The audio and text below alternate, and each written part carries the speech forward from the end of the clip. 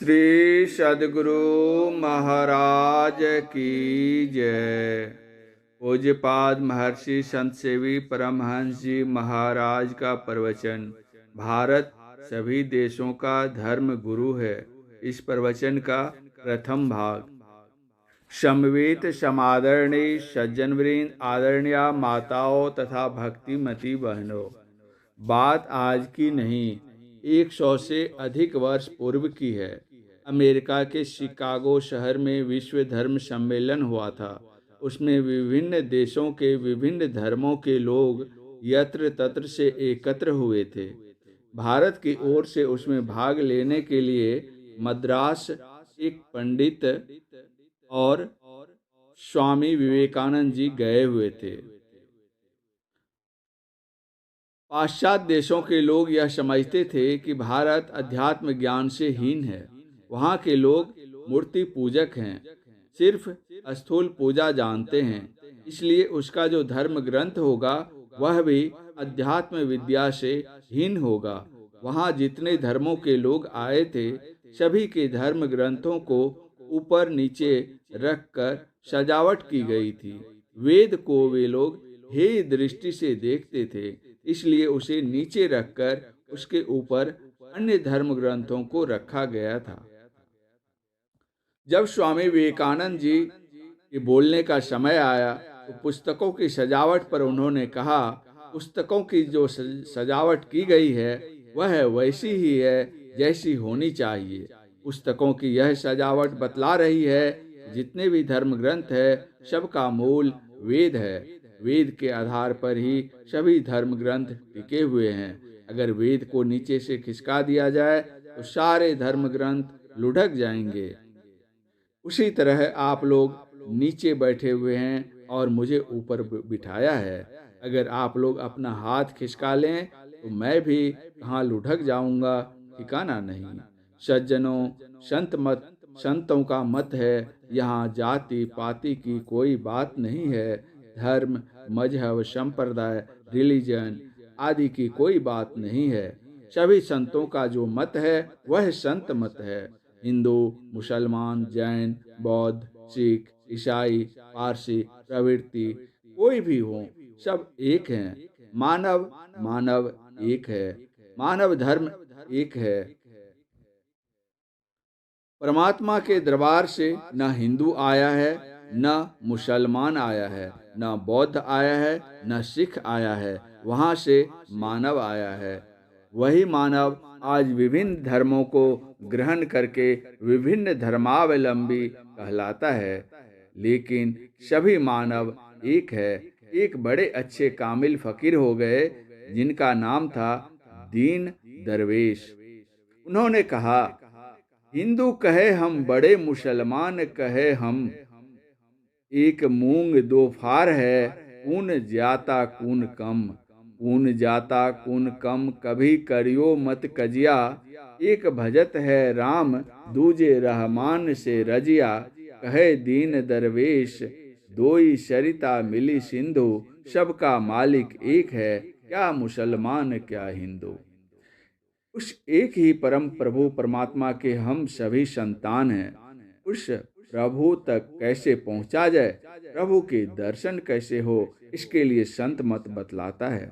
रास्ता का आरंभ कहाँ से होता है? जो जहाँ बैठा रहता है वह वहाँ से चलता है। इस विशाल पंडाल के अंतर्गत यत्र तत्र से लोग एकत्र हुए हैं और जहाँ तहाँ बैठे हुए हैं। यहाँ बैठे हुए लोग यदि घर जाना चाहें तो वे कहाँ से चलेंगे? जो जहाँ बैठे हैं वे वहाँ से चलेंगे। उसी तरह जीव जब पीव के दर्शन के लिए चलेगा तो जहाँ वह बैठा है वहाँ से चलेगा। प्रश्नोदय होता है कि जीव कहाँ है और पीव कहाँ है।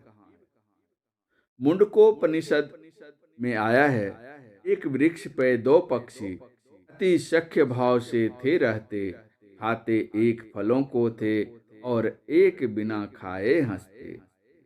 एक पेड़ है, उसकी डाल पर दो पक्षी रहते हैं। एक भोक्ता है, वह फल खाता है, और दूसरा दृष्टा है जो देखता है। यह शरीर ही वह वृक्ष है। इस पर जीवात्मा और परमात्मा रूपी दो पक्षी रहते हैं। जीवात्मा भोगता है इसलिए रोता है और आत्मा दृष्टा है इसलिए हंसता है।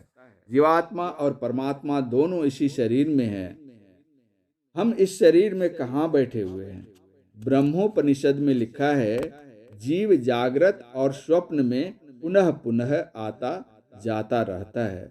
जीव का वासा जागृत में नेत्र में, स्वप्न में कंठ में, सुषुप्ति में हृदय में और तुरीयावस्था में मस्तक में होता है। जागृत स्वप्ने तथा जीवो गच्छत्यागच्छति पुनः नेत्रस्थं जागरितं विद्यात् कंठे स्वप्नं समाविशेत् सुषुप्तं हृदयस्थं तु तुर्यं मूर्धन्यं संस्थितम। संत दरिया साहब बिहारी ने कहा है, जानी ले सत पहचानी ले, सूरती सांची बसै दिद दाना। और संत तुलसी साहब के घट रामायण में है, सत सुरति समझी सिहार साधो, निरखी नित नयनन रहो। अर्थात जीव का वासा जागृत अवस्था में आंख में होता है, अतएव आंख से ही चलना है। एक फकीर हुए हाथरस में, उन्होंने कहा, क्यों भटकता फिर रहा तू ए तलाशे यार में, रास्ता सहरग में है दिलवर पे जाने के लिए। दिलवर का दीदार चाहते हो, परमात्मा का साक्षात्कार चाहते हो तो रास्ता सहरग में है। सहरग कहते हैं सुषुम्ना को। वह सुषुम्ना कहाँ है? हमारे शरीर के अंदर है। हमारे शरीर में 72 करोड़ नारियां हैं, जिनमें 101 नारियां मुख्य हैं। उन 101 नारियों में 9 नारियां मुख्य हैं। उन 9 नारियों में 3 मुख्य हैं और उन 3 नारियों में एक नारी सुषुम्ना प्रमुख है। योग शिखोपनिषद में आया है, एको तरंग नाड़ी सतंग आशांग मध्य पड़ा स्मृता, सुषुम्ना तु पड़े लीना विरजा ब्रह्म रूपिणी। ईड़ा तमोगुणी और पिंगला रजोगुणी नारी है। इन दोनों के मध्य में सुषुम्ना शतोगुणी नारी है। एक बंगाली महात्मा हुए पंचानन भट्टाचार्य, उन्होंने कहा है, ईड़ा बाईं ओर रहती है और पिंगला दाईं ओर। ये दोनों नाड़ियां क्रमशः तमोगुणी और रजोगुणी है। उन दोनों के बीच में सुषुम्ना नारी है जो सत्व गुणी है। योग शिखोपनिषद में लिखा है, ईड़ा तिष्ठति वामेन पिंगला दक्षिणेन तु, तयोर मध्ये परंग स्थानं यस्त द्वेद स्वेदवित्। अर्थात ईड़ा बाईं ओर रहती है और पिंगला दाहिनी ओर। उन दोनों के बीच में श्रेष्ठ जो स्थान है सुषुम्ना, उसको जो जानता है वही वेदज्ञ है, ज्ञानी है। वे ही आगे चलकर आत्मज्ञानी होंगे। जिनको सुषुम्ना का पता नहीं है, आज्ञा चक्र का पता नहीं है, उनको कभी मुक्ति नहीं मिल सकती है, क्योंकि मुक्ति का रास्ता यही है। भगवान शंकर कहते हैं, वाम दक्षे निरुंधन्ति प्रविशन्ति सुषुम्नया, ब्रह्मरघ्रम प्रविश्यान्ते यान्ति परमांगतिम।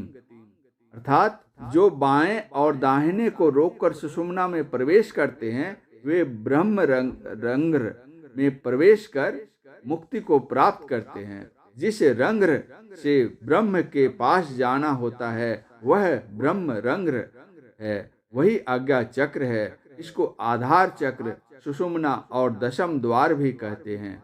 जब तक लोग 9 द्वार में रहते हैं तब तक दुख मना, और जब 10वें द्वार में जाते हैं तब मिल जाता है सुख मना। अर्थात हम सुख में चले जाते हैं। जब तक हम 9 द्वार में रहेंगे तब तक अंधकार में रहेंगे।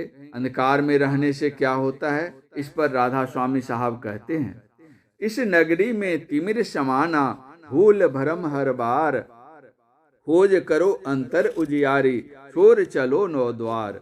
जब तक अंधकार में रहेंगे तब तक हमसे कितनी बार भूलें होगी, ठिकाना नहीं। इसलिए 10वें द्वार की खोज करो। एक दिन मैं बैठा हुआ था, एक व्यक्ति टेप रिकॉर्डर बजाते हुए रास्ते से चला जा रहा था। इस प्रवचन का शेष भाग अगले प्रवचन पाठ में। पूज्यपाद महर्षि संतसेवी परमहंस जी महाराज का यह प्रवचन 88वें महाधिवेशन बरारी भागलपुर 3 में दिनांक 19/4/1999 ईस्वी के प्रातःकालीन सत्संग के शुभ अवसर पर हुआ था। श्री सद्गुरु महाराज की जय।